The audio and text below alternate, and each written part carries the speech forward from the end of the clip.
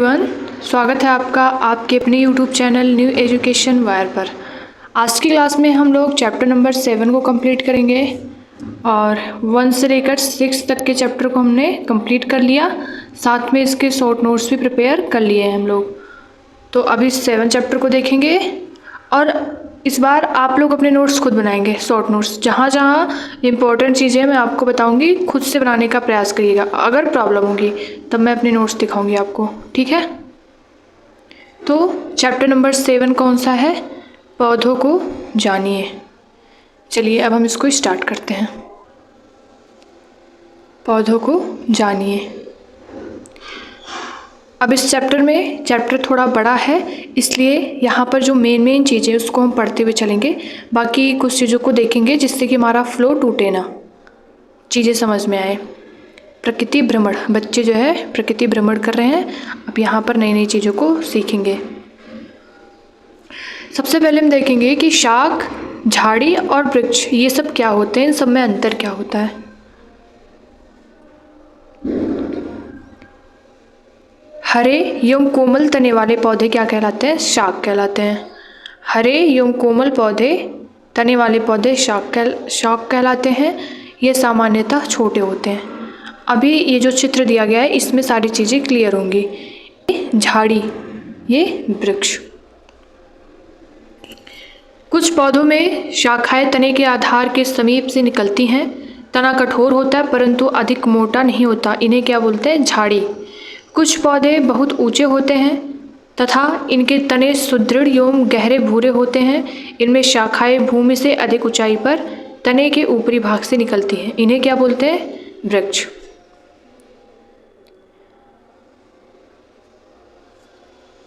आगे दिया गया है कि कमजोर तने वाले पौधे सीधे खड़े नहीं हो सकते और ये भूमि पर फैल जाते हैं। इन्हें क्या बोला जाता है? बिसर्पी लता। जबकि कुछ पौधे आसपास के ढांचे की सहायता से ऊपर चढ़ जाते हैं। ऐसे पौधे क्या बोले जाते हैं? आरोही कहलाते हैं। ये शाख, झाड़ी और पेड़ों से भिन्न होते हैं।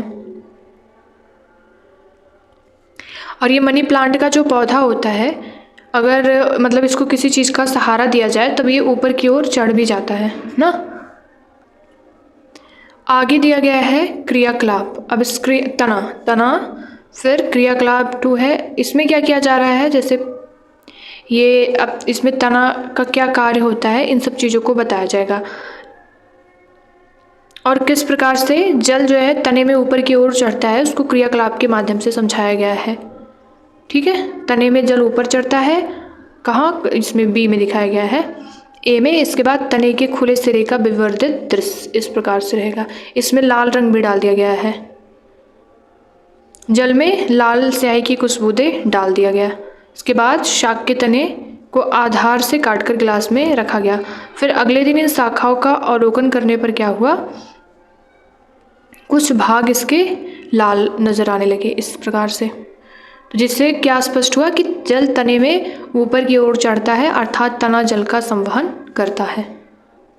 लाल स्याही की भांति जल में विलीन खनिज जल के साथ तने में ऊपर पहुंच जाते हैं।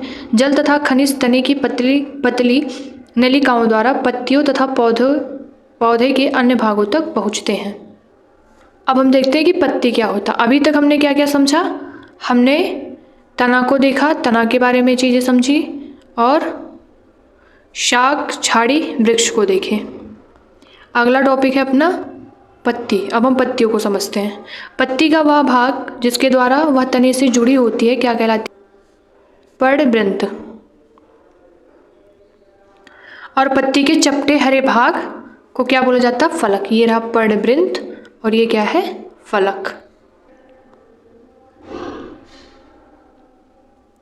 जो पत्ती में रेखित संरचनाएं होती हैं उनको सिरा बोलते हैं। मध्य में एक मोटी सिरा दिखाई देती है उसे मध्य सिरा बोला जाता है। और पत्तियों पर सिराओं द्वारा बनाए गए डिजाइन को सिरा विन्यास कहते हैं, ठीक। यदि यह डिजाइन मध्य सिरा के दोनों ओर जाल जैसा है तो यह सिरा विन्यास जालिका रूपी कहलाता है। घास की पत्तियों में यह शिराएं एक दूसरे के समानांतर हैं। ऐसे सिरा विन्यास को समांतर सिरा विन्यास कहते हैं। पत्तियों में शिरा विन्यास और जालिका रूपी, और यहाँ पर ये कौन सा है? समांतर। क्रियाकलाप के माध्यम से वाष्पोत्सर्जन को दिखाया जा रहा है। जैसे जल की यह बूंदें पत्ती से जल वाष्प के रूप में निकलती है। इस क्रिया को वाष्पोत्सर्जन कहते हैं। इस प्रक्रम के द्वारा पौधे बड़ी मात्रा में जल को वायुमंडल में छोड़ते हैं। इसमें क्या किया जा रहा है, जैसे कुछ भाग को पॉलीथीन से ढक दिया जा रहा है। यहाँ पर बच्चों को क्रियाकलाप के माध्यम से समझाया जा रहा है। इसके बाद क्रियाकलाप 5, अब इन सबको पढ़ लेते हैं कि पत्तियां प्रकाश और हरे रंग के पदार्थ की उपस्थिति में अपना भोजन बनाती है। इस प्रक्रिया में जल एवं कार्बन डाइऑक्साइड का उपयोग करते इस प्रक्रम को प्रकाश संश्लेषण कहते हैं। इस प्रक्रम में ऑक्सीजन निष्कासित होती है और पत्तियों द्वारा संश्लेषित भोजन अंततः पौधे के विभिन्न भागों में मंडल के रूप में संग्रहित हो जाता है। आगे दिया गया है कि तना पत्ती को जल पहुंचाता है। पत्ती जल का उपयोग अपना भोजन बनाने के लिए करती है। पत्तियों से जल की कुछ मात्रा का ह्रास वाष्पोत्सर्जन द्वारा होता है। अगला टॉपिक है अपना जड़। हमने तना पत्ती को देखा अभी तक, अब हम देखते हैं जड़ को। अब ये जड़ क्या है, इसको भी क्रियाकलाप के माध्यम से समझाया जा रहा है। जड़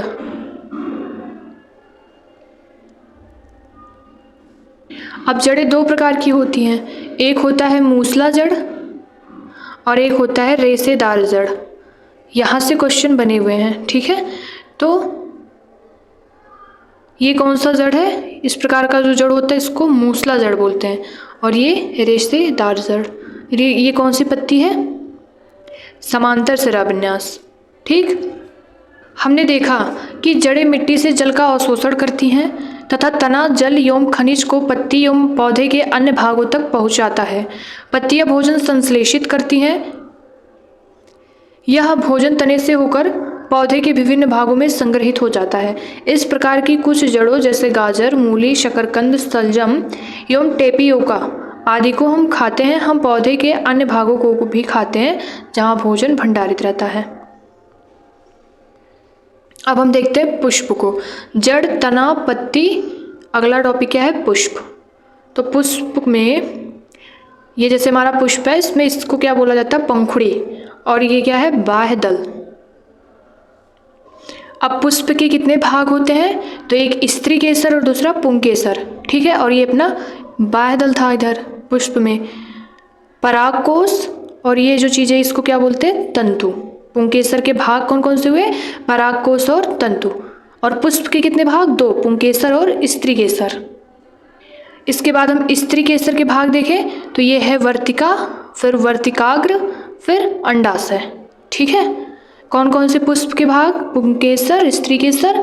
फिर इस पुंकेसर के भाग हमने देखे परागकोश, तंतु, और स्त्री केसर के वर्तिका, वर्तिकाग्र, अंडाशय। अब यहाँ पर क्रियाकलाप के माध्यम से चीज़ों को स्पष्ट किया जा रहा है कि बीजांड का सचित्र कैसे मतलब दिखाई देता है। तो इस प्रकार से अगर लंबाई में काट लगाते तो इस प्रकार से दिखाई देगा, और अनुप्रस्थ काट तो इस टाइप से, ठीक है। तो छोटी छोटी गोल संरचनाएं जो दिखाई देती है उन्हें क्या बोला जाता है, बीजांड। ये तो हमने जड़, तना, पत्ती, पुष्प, इन सब चीज़ों को समझा।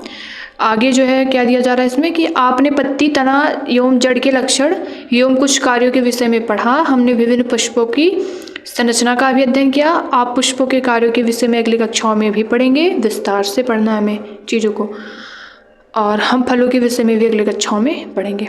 अब प्रमुख शब्द कौन कौन से हैं हमारे सामने, आरोही क्या होता है, संवहन, विसर्पी लता, रेशेदार जड़, शाख, पार्श्व जड़, मध्य सिरा, शिराविन्यास, बीजांड, समांतर शिराविन्यास, पंखुड़ियाँ, पर्णवृंत पत्ती वाला, प्रकाश संश्लेषण, स्त्री केसर, जालिका रूपी शिराविन्यास,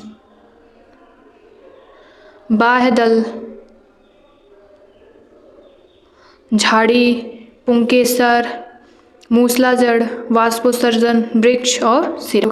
आई होप ये सारी चीज़ें आप लोगों का क्लियर हुई होंगी। अब हम देखते हैं सारांश को। सामान्यतः पौधे का वर्गीकरण उनकी ऊंचाई, तने एवं शाखाओं के आधार पर शाख, झाड़ी एवं वृक्ष में किया जाता है। तने पर पत्तियां, पुष्प तथा फल होता है। सामान्यतः पत्ती में पर्णवृंत और फलक होते हैं। पत्ती में शिराओं का प्रतिरूप शिराविन्यास कहलाता है। यह जालिका रूपी अथवा समांतर हो सकता है। आगे दिया गया है कि पत्तियां वाष्पोत्सर्जन क्रिया द्वारा जलवाष्प को वायु में निष्कासित करती हैं। हरी पत्तियां सूर्य के प्रकाश की उपस्थिति में वायु एवं जल से प्रकाश संश्लेषण क्रिया द्वारा भोजन बनाती हैं। जड़ें मिट्टी से जल एवं खनिज पदार्थों का अवशोषण करती हैं तथा पौधे को मिट्टी में दृढ़ता से जमाए रखती हैं। जड़ें मुख्यतः दो प्रकार की होती हैं, एक मूसला जड़ और दूसरा रेशेदार जड़। आगे दिया गया है कि जालिका रूपी शिराविन्यास युक्त पत्तियों वाले पौधे की जड़ें मूसला जड़ होती हैं, जबकि समांतर शिराविन्यास युक्त पत्तियों वाले पौधे की जड़ें रेशेदार होती हैं। तने द्वारा जड़ों से पत्तियों को जल और पत्तियों से भोजन पौधों के अन्य भागों तक पहुँचता है। पुष्प के विभिन्न भाग बाह्यदल, पंखुड़ी, पुंकेसर और स्त्रीकेसर। ठीक, तो इसी के साथ अपना चैप्टर नंबर 7 भी कंप्लीट हुआ। आगे हम चैप्टर नंबर 8 देखेंगे, शरीर में गति, लेकिन उसके पहले हम चलते अपने शॉर्ट नोट्स पे। इस चैप्टर में हम लोगों ने क्या क्या देखा था। पहले नंबर पे देखा था शाक क्या होता है, फिर झाड़ी, वृक्ष और लता। अभी इन सभी चीज़ों को हम इमेज के फॉर्म में समझेंगे। इसके बाद हमने देखा था आरोही। अब ये क्या था कि कुछ पौधे आसपास के ढांचे की सहायता से ऊपर चढ़ जाते हैं, जैसे उदाहरण हमने देखा मनी प्लांट। फलक पत्ती के चपटे हरे भाग को कहते हैं। फिर सिरा, पत्ती की रेखित संरचनाएं। शिराविन्यास, घास की पत्तियों में शिराएं एक दूसरे के समानांतर। ठीक है। रंध्र, पत्तियों की सतह पर छोटे छोटे जो क्षेत्र होते हैं उनको रंध्र बोला जाता है। पर्णवृंत, पत्ती का वह भाग जिसके द्वारा वह तने से जुड़ी होती है। और रेशेदार जड़ जो है जिसकी जड़ें एक समान हो, इस टाइप से। दूसरा था मूसला जड़, जिन पौधों की जड़ें सीधे मिट्टी के अंदर पाई जाती हैं, इस टाइप से। कौन सी थी? मूसला जड़। तो हमने तना, पत्ती, फिर हमने पुष्प भी देखा था, पुंकेसर, स्त्रीकेसर, फिर उसके भाग भी देखे थे। अभी चीज़ों को आगे समझ रहे हैं। तना, पत्ते, पुष्प और फिर जड़, इन सारी चीज़ों को हमने कंप्लीट किया था। अब हम एक एक चीज़ों को समझते हैं। देखिए, पहले हम क्या समझेंगे इसमें। ये तो अपना फूल है और ये रही पत्ती, तना और ये जड़। अब पत्ती की संरचना जब हम देखते हैं तो ये क्या है? पर्णवृंत, मध्य सिरा, ये वाली। इसके बाद ये क्या कहलाती है? सिरा। और ये पर्णफलक।